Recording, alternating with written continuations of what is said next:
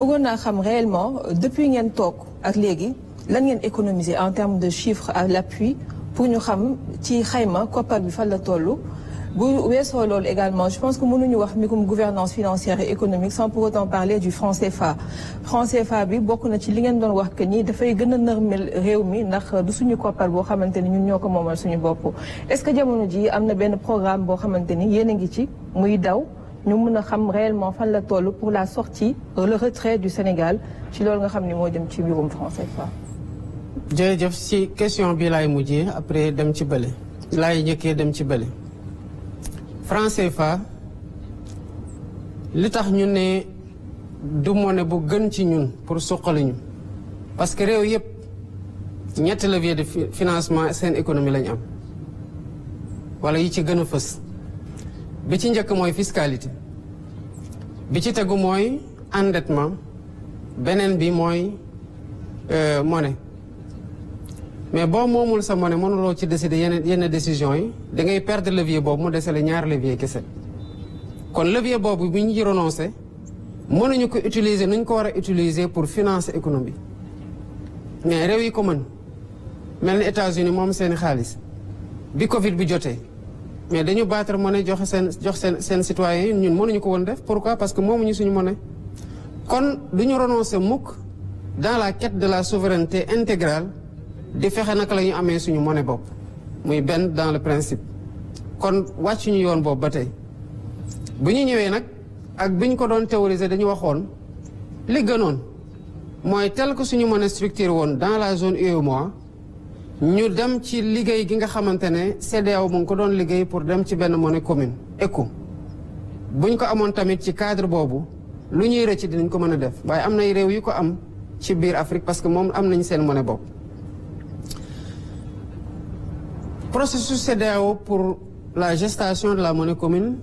yéex na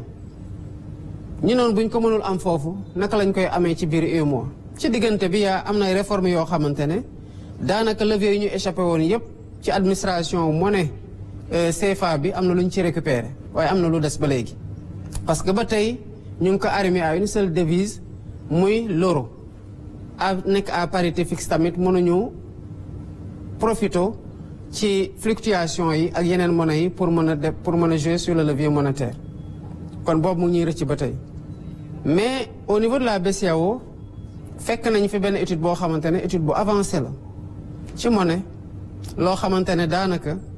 bu dul woon ni UEMOA doon yeexal ay tànkam pour xaar CEDEAO kon mën nañoo baral tànk ci dans le cadre de l'UEMOA ba récupérer une monnaie souveraine boo xam ne sax mën na am du am le même nom bi nga xamante ne moom la am tey du am même symbole du am même billet yi kon côté boobu ñu ngi ciy liggéey ba tey di waxtaan ak suñuy partenaires que mu nekk dans le cadre de l'UEMOA wala mu nekk dans le cadre de l'UEMOA avec la BCEAO. Ce processus suit son cours en même temps que li ñuy waxtaan ak CEDEAO tamit ñu ngi ci ba léegi kon sur le plan de la monnaie retenez que ñu ngi ba léegi ci suñu trajectoire li ñu waxoon bu ñu ko amee dans le cadre de la CEDEAO c'est tant mieux bu ñu ko amoon ñu léegoo ci biir UEMOA bu yeexee ci dans le cadre de l'UEMOA nag ñu génn am suñu monnaie bopp mais ça fait juste un an mënuñu en un an ñu ñëw ne waa CEDEAO seen monnaie dafa yeex doo leen ci génn wëlbatiku en un an wax waa UEMOA yéen tamit doo leen avancé kon ñu ngi engagé tout de suite et maintenant en processus monétaire te am na sax d'autres prérequis yoo xamante ne en termes de stabilisation des agrégats et de sécurisation des agrégats macroéconomiques et même suñu économie ci boppam en termes de production d'exportation pour garantir devises yi ay prérequis yoo xamante ne mu pareegul pour ñu jóg rek ne dañuy song directement une monnaie sénégalaise souveraine loolu moo nekk ñaareelu question bi nga xamante ne posé woon nga ko la première question fàttali ma ko. ci li mu économiser ci li nga xamante ne économiser nañu ko. xam nga sànq bi ma doon répondre sur la question des ressources fan la ñuy jëlee ressources yi. dama fàtte woon un aspect important mooy renégociation contrat yi lan la jur. parce que ñaar yooyu mën nañ ko boole ba léegi mu ne fekk jëlale. mooy naka la ñuy fexee ba économiser ak naka la ñuy fexee ba lay dugg gën a bari ñaata lañ économiser toog fii wax la ni xayma bi chiffre bii la ce serait du ma la mën a jox ay chiffres yu exact parce qu'il faut faire une agrégation de beaucoup d'économies qui ont été faites. Demb maa ngi suivre kenn suñu ndaw ñu xarañ nekkoon sa plateau ne la au sein de la CDC rek moom mën na démontrer chiffre à l'appui que économiser loo na CDC lu mat 100 milliards. Donc imagine que ce travail-là à l'échelle de chaque direction n'est pas fait pour ñu mën la ne tac à un an voilà ce qu'on a économisé. Encore que parlant d'économie,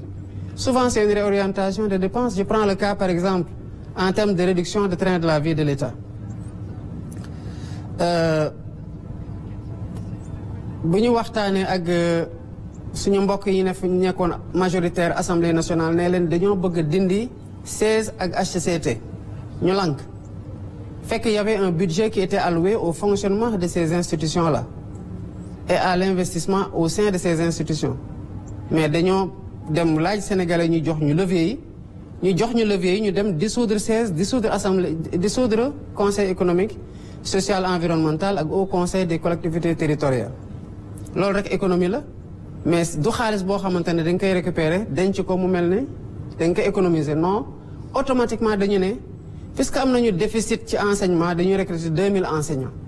kon xaalis boobu ñu jële woon fële dugal nañ ko automatiquement feneen. Mën nañoo joxe yeneen exemple ñi nekkoon dans le cadre du programme spécial de désenclavement mais bu ñu ñëwee fekk ñu waxtaanee ko ba pare mais dañu leen ne lii ngeen waxtaanee nii am na ci loo xamante ne c'est pas acceptable ñu waxtaanaat ak ñoom rek amaat une économie foofu de 24 milliards mais newuñu leen ne fi ñu leen waroon fayee 74 milliards dañu leen di fay 50 milliards par exemple dañu leen wax ne dañu leen fay toujours 74 milliards